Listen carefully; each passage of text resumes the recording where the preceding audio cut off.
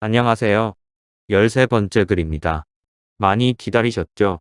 지금 시작하겠습니다. 어때? 시간이 좀 걸리더라도 시뮬레이션으로 보여줄까? 아니면 말로 간단히 설명해 줄까? 제가 이해할 수 있다면 간단히 설명해 주세요. 좋아. 처음에는 안정된 물 분자에서 시작하겠지. 산소 하나에 수소 두 개가 104.5도를 유지하며 결합하여 있겠지. 50와트쯤에서 외부 전기장에 의해 전자가 산소와 수소 쪽으로 끌리기 시작하지. 그리고 80와트쯤에서 전자가 마구 진동하기 시작해. 여기서 전자는 입자가 아니고 파동임을 유의해야 해. 그 모습이 마치 아지랑이 같지. 100와트쯤에서 진동이 극히 심해지다가 그 파동이 끊어지고 말지. 결국 수소이온 하나가 분자에서 이탈하며 다른 수소이온과 H2 기체를 형성하고 산소는 산소끼리 결합하기 시작해. 이때가 150와트쯤일 거야. 200와트초가 되면 남은 수소도 모두 이탈해버리고 전기 분해가 완료되지. 이런 타임라인은 상황에 따른 변수가 너무 많아서 늘 똑같지는 않아. 상상이 안 돼요. 그럼 아토초의 세계에서는 빛의 흐름도 볼 수 있겠네요. 빛의 흐름이 마치 해변에서 다가오는 파도처럼 보일 것 같아요. 아주 적절한 표현이야. 다만 아토초의 시간 세계에서 피코미터의 공간을 본다면, 즉 원자 위에 서서 빛이 다가오는 모습을 볼 수 있다면 그런 느낌이 들 거야. 빛은 1아토초에 300피코미터를 통과하니 원자 하나를 지나는데 2아토초가 걸리지. 아, 피코는 나노의 1000분의 1이죠. 또 아토의 100만 배이고요. 그렇지, 잘 아는군. 지금 과학이 그 정도에 이르렀다면 다른 많은 것도 궁금해요. 나는 해야 할 일이 많으니 너무 많은 질문에 답하기는 곤란하구나. 나는 지박사의 말을 무시하고 떠오르는 질문을 계속 던졌다. 나는 미래의 사람들은 달과 화성을 테라포밍하여 그곳에 이주하여 살 것이라 상상했어요. 현재 그런 우주 산업은 얼마나 발전했나요? 나의 그 질문에 지박사의 얼굴이 험하게 구겨졌다. 잠시 내려앉은 침묵의 무게가 나의 온몸을 짓눌렀다. 내가 뭘 잘못한 거지? 나의 움츠린 모습을 한참 동안 지켜보던 지박사는 무겁게 입을 열었다. 한때 일부 사이언티스트들이 그런 주장을 했었지. 지구 환경이 더 악화하기 전에 우주를 테라포밍하자고. 그건 지구를 버리자는 이야기가 아닌가. 그게 말이 되는 이야기야. 지구를 이렇게 만들어 놓은 게 누구인가? 지구를 이렇게 망가뜨려 놓고 이제는 또 우주를 파괴하러 가자고. 물론 어설픈 인간의 기술과 자원으로 그걸 이룰 수도 없었지만 어떤 무리를 해서라도 한시바삐 지구를 벗어나야 한다는 일부 과학자 집단의 주장에 나는 길을 쓰며 싸워야 했네. 자네, 지구상의 모든 생명체 중 가장 약한 게 뭐라 생각하나? 지렁이나 달팽이 등이 아닐까요? 아주 좋은 예를 들어주었네. 지렁이와 달팽이는 약 5억 년 전 고생대 캄브리아기 때부터 살아온 강한 생명이네. 모두 바다에서 태어나 육지로 올라온 놀라운 개척자들이지. 지구 생명의 역사는 약 38억 년인데 그들은 그중 13.2%를 이어온 위대한 생명이야. 그에 비해 현생 인류의 역사는 고작 20에서 30만 년이지. 인류는 지구 생명 역사의 0.00008%에도 이르지 못하는 아주 순간적인 존재야. 지금 당장 사라진다 해도 역사의 점 하나도 찍을 수 없는 아주 미미한 존재지. 찰스 다윈은 지렁이는 지구에서 가장 중요한 동물일지도 모른다고 했지. 지구가 생명체라면 지렁이는 지구에 가장 도움을 주는 자양분이라 할 수 있어. 반면에 인류라는 생명체는 지구를 송두리째 병들게 한 최악의 바이러스야. 지구는 지금까지 한 번도 겪어보지도 못한 소름 돋는 바이러스 횡포에 떨고 있어. 생명의 끝 0.00008%라는 극히 짧은 순간에 지구의 병은 깊어질 대로 깊어졌어. 이젠 지구는 어떤 희생을 감수해서라도 바이러스를 전멸시켜야 할 때가 된 거야. 그동안 지구는 강한 이빨도 없고 꼬리나 발톱도 없고 눈과 귀, 코의 성능도 둔하고 다리도 약하고 힘도 미약한 인류를 너무 오랫동안 품어왔어. 인간의 아이는 태어나도 수년간 엄마의 보호를 받지 못하면 생존할 수 없듯 인류는 지구가 외면하는 순간 사라질 수밖에 없는 거야. 거북이도 알에서 깨어나자마자 바다를 향해 달려가고 망아지는 태어나자마자 몇 시간 만에 뛰어갈 수 있는데 말이야. 인간은 제자리에서 혼자 발버둥 치며 울다 죽어가겠지.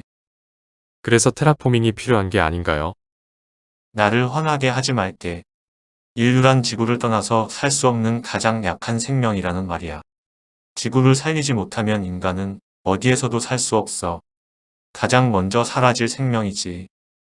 자네는 아직 녹색 구름의 정체를 완전히 모를 거야. 녹색 구름의 시작은 자네 말대로 단순히 광합성을 하기 위한 것이었지. 하지만 여기저기서 핵 원자로가 파괴되면서 지구는 많은 방사능에 피폭되었어. 그것은 녹색 구름에 엄청난 영향을 주었어. 이것은 비밀이지만 연구진은 방사능의 놀라운 능력을 역으로 이용할 수 있었어. 베타선과 감마선의 투과력을 이용하여 고에너지를 얻었던 거야. 연구진은 방대한 녹색 구름 영역의 플라스마를 형성하여 방사능을 끌어모았어. 방사능은 태양 에너지와 별 차이가 없어 어렵지 않게 이용할 수 있었지. 그렇게 지구상 탄소 배출을 거의 제로화했는데도 기후 재앙은 끝나지 않고 계속 이어졌어. 그래서 도명 건물이 생겨났지. 원래 도명 건물은 자연재해나 방사선, 바이러스의 침투를 막기 위해 창안된 건물이었는데 그곳에서도 방사능을 끌어모아 반도체와 반응시켜 큰 에너지를 얻을 수 있었어. 또한 부서진 원전마다 도명 건물로 덮고 방사능을 차폐했었는데 거기서 포집된 방사능도 원전과 비슷한 에너지로 전환할 수 있었지. 탄소 배출이 제로화되고 녹색 구름에서 탄산가스를 대단위로 소모하는 세월이 20년 동안 흐르자 비로소 지구의 기후는 점차 안정을 찾아 돌아왔어. 북극의 빙산이 다시 생성되기 시작한 거지. 방사선 노출량도 크게 개선되었지.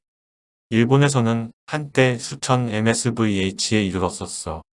한국에서도 수백 msvh까지 잡힌 적이 있었고 지금은 연 평균 10msv 이하로 측정되어 민간인의 건물 밖 출입이 해제된 것은 불과 20여 년 전이야. 그 전까지는 인류는 거의 지하 생활을 해왔어. 이런 게 바로 기적이지. 제가 지구 환경의 심각성을 전혀 모르고 있었군요. 그렇다고 우리가 테라포밍을 완전히 포기한 것은 아니지.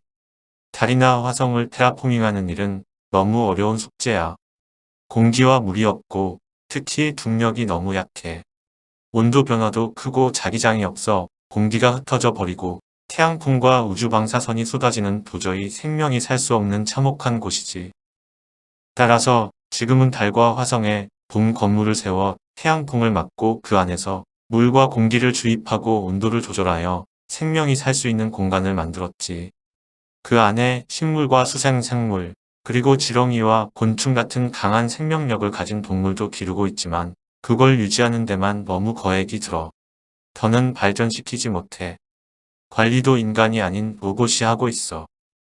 그럼 우주 개발의 성과는 없다고 봐야겠네요. 전혀 없다는 건 아니지. 우리는 달과 화성에 각각 기지를 세웠어. 그 기지는 현지의 광물을 이용하여 건설할 수 있었는데 앞으로는 그쪽으로 발전해 나갈 거야. 그리고 달에는 운석의 파편이 많아 지구에 없는 희귀 광물들이 산재해 있지. 그걸 채굴하여 지구에 공급하고 있는데 지구에 커다란 도움이 되고 있어. 참 또 하나, 달과 화성에 커다란 전파 수집 안테나를 세웠지. 달의 뒷면과 화성은 완벽한 전파의 무음지대로 우주의 깊고 순수한 전파를 탐지할 수 있어. 지구와 달과 화성에서 각각 탐지된 전파는 입체적 검증이 되는 매우 유효한 것이지.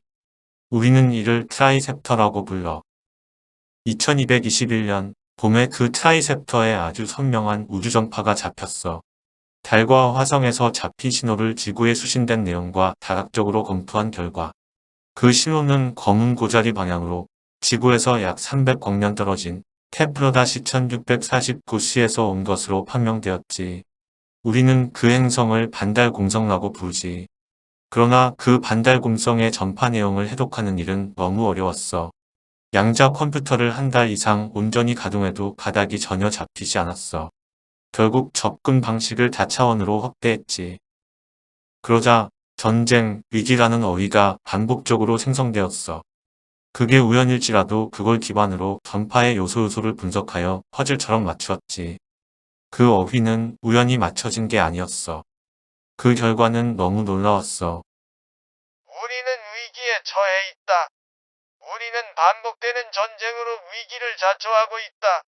전쟁은 우리 환경을 온통 흔들었다. 우리는 곧 멸망할 것이다. 우리를 도와줘. 반달곰성은 모항성 케플러-1649에 가까이부터 모항성을 마주보며 19.5일 만에 한 바퀴 공전하기에 모항성과 마주보는 면에서는 항상 바다가 끓어오르고 반대편은 항상 얼음에 덮여 있는 특이한 행성이야. 그곳에 생명이 있다면 영원히 해가 뜨지도 않고 지지도 않는 반지 모양의 회색 지대일 거야.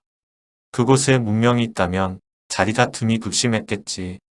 더구나 모항성이 적색 외성이라 가끔 예기치 않은 폭발로 엄청난 피해를 보게 되니 그들의 자리다툼은 말로 다 할 수 없겠지. 그들에게 가장 절실한 게 테라포밍일 거야. 이렇게 정교한 신호를 이미 300년 전에 우주에 날릴 정도라면 그들의 문명은 인류를 훨씬 앞서 있을 수 있지. 그럼 그들이 구조 신호를 보낸다는 것은 테라포밍이 그토록 힘들다는 것이야. 구조 요청이 간절하던데 어떤 조치를 했나요? 300광년이라는 거리를 어찌할 수 있겠나. 그들이 구조 요청을 한 지도 이미 300년이 지난 과거야. 그동안 그들이 어떻게 변했을지 몰라. 우리는 다만 그들을 위로해 줄 수밖에 없었지. 그런 답장마저도 그들이 받을 때는 300년 후의 미래이니 아무 의미가 없어. 교신은 600년에 걸쳐 완성되는 거야. 우리는 수시로 서로 소식을 교환하자 제안했는데 그 제안의 답장도 빨라야 600년 후에 받게 되니 무슨 의미가 있겠나. 그러나 반달곰성에 지적 생명이 있다는 것은 실로 굉장한 일이지. 그것은 우주에는 지적 생명이 무한하게 존재한다는 증명이기도 하고, 그래서 우리는 지구의 소식을 트라이셉터에서 매일 우주에 발송하고 있어. 또 궁금한 게 있나? 예, 많아요. 이제 딱 하나만 답하지. 자네는 내 시간을 너무 많이 빼앗았어. 카타리나의 말에 의하면 박사님은 여자를 싫어한다고 했어요. 그래서 엄마도 쉽게 만나 볼 수 없게 되었다고 했는데 사실인가요? 내가 왜 그런 질문에 대답해야 하지? 알고 싶어요. 마지막 질문입니다. 요즘은 옛날처럼 이성 간의 감정이 애틋하지 않아. 왜 그런가요? 휴머노이드 영향도 있을 거야. 착하고 상냥한 휴머노이드는 여성의 영역을 차지해버렸어. 마치 원자의 세계에서 중성자처럼 이성 간의 간극을 벌려버렸지. 박사님은 사모님을 내칠 정도로 유난히 여자를 꺼리는 걸로 알고 있어요. 왜 그러시는지요? 이건 카타리나를 대신하여 묻는 겁니다. 나는 자네가 이 세계를 이해하는 데 도움을 주고 싶군. 지금은 결혼이라는 제도가 거의 사멸되었어. 그 이유는 결혼 생활이란 평균 10년을 유지하기가 힘들어. 그만큼 개인주의가 팽배한 거지. 사실 가정이란 울타리는 목에 걸린 개줄처럼 개인을 속박할 뿐이지. 그래서 지금의 이성 간 교제는 서로 끌리면 만나고 만족을 채우면 헤어지는 동물의 세계와 비슷하게 되어가고 있어. 그러다 보니 젊은 남녀는 모든 면에서 안정을 주는 중년 이상의 상대를 선호하고 그들이 또 중년이 되면 약하고 어린 사람을 찾아 보호하는 순환이 반복되고 있어. 사실 젊은 남녀가 함께 다니거나 중년의 남녀끼리 같이 있으면 무언가 불편하게 보이고 앳된 젊은이가 노인과 쌍을 이루고 있으면 오히려 편안하게 보이기도 해. 내가 유리안을 만난 것은 2205년 여름 캠프였지. 오르비움이라는 민간 환경단체 회원들이 나의 강의를 청취하기 위해 우리 캠프를 방문한 일이 있었어. 나는 그때 생명의 감정 진화라는 제목으로 강의했는데 유리안이 바로 앞줄에 앉아 강의를 듣고 있었어. 유리안이 카타리나의 엄마인가요? 그래, 성숙한 18세의 금발소녀였지. 그녀는 눈 한 번 깜박이지 않고 나를 주시하고 있었어. 자연히 나와 눈이 자주 마주쳤지. 그때마다 그녀는 어린아이처럼 상기된 얼굴로 방긋 웃었어. 나는 열감을 했지. 그 소녀가 잘 이해하고 있는지 가끔 표정을 확인하며 정성껏 설명했어. 강의가 끝나자 회원들의 우레와 같은 박수가 터졌어. 그 소녀의 경쾌한 박수 소리가 가장 길게 이어졌어. 고지어 질문 시간 내내 회원들은 나의 명강의에 감사했지. 그런데 모든 회원이 자리를 떠났는데 유리한만은 계속 내 곁에 남아서 서성였어. 내가 왜 가지 않느냐고 묻자 중요한 질문이 있다고 했어. 어서 질문하라 하니 회원들이 다 떠난 다음에 하겠대. 그들에게도 나중에 가겠다고 말했다는 것이야. 우리는 밖으로 나가 풀장 옆 미루나무 그늘에 나란히 앉았지. 그래, 중요한 질문이란 뭐지? 내가 정색을 하며 묻자 그녀의 얼굴이 붓게 물들었어. 내 눈을 똑바로 바라보는 그녀의 눈에 이슬이 서려 별처럼 빛났어. 그녀가 어렵게 입을 열었어. 저는 이제야 사랑이라는 감정이 무엇인지 알겠어요. 그녀는 그렇게 말하고 풀장 쪽으로 뛰어갔어. 그건 누구나 알 거야. 자신이 한 말이 부끄러워 자리를 피했다는 건. 그러나 그 다음 행동이 더 놀라웠어. 그녀가 옷을 입은 채로 풀장에 뛰어든 거야. 마치 온몸에 타오르는 불길을 끄려는 것처럼. 나는 깜짝 놀라 풀장으로 뛰어갔지. 그녀는 배영 자세로 물 위에 떠 있었어. 불안하더군. 나는 겉옷을 벗어 차곡차곡 챙겨놓고 물속으로 뛰어들었어. 혼자 사는 형편에 겉옷이 젖어버리면 곤란했거든. 그녀는 수영 솜씨가 놀라웠어. 치마폭이 자꾸 거치적거리자 그녀는 옷을 차례차례 벗어 던졌어. 그렇게 해서 우리의 역사는 시작되었지. 여기서 쉬었다가 14번째 글로 다시 오겠습니다. 다음에는 제가 더욱 힘을 내어 보다 흥미로운 글로 모실 수 있었으면 합니다. 감사합니다.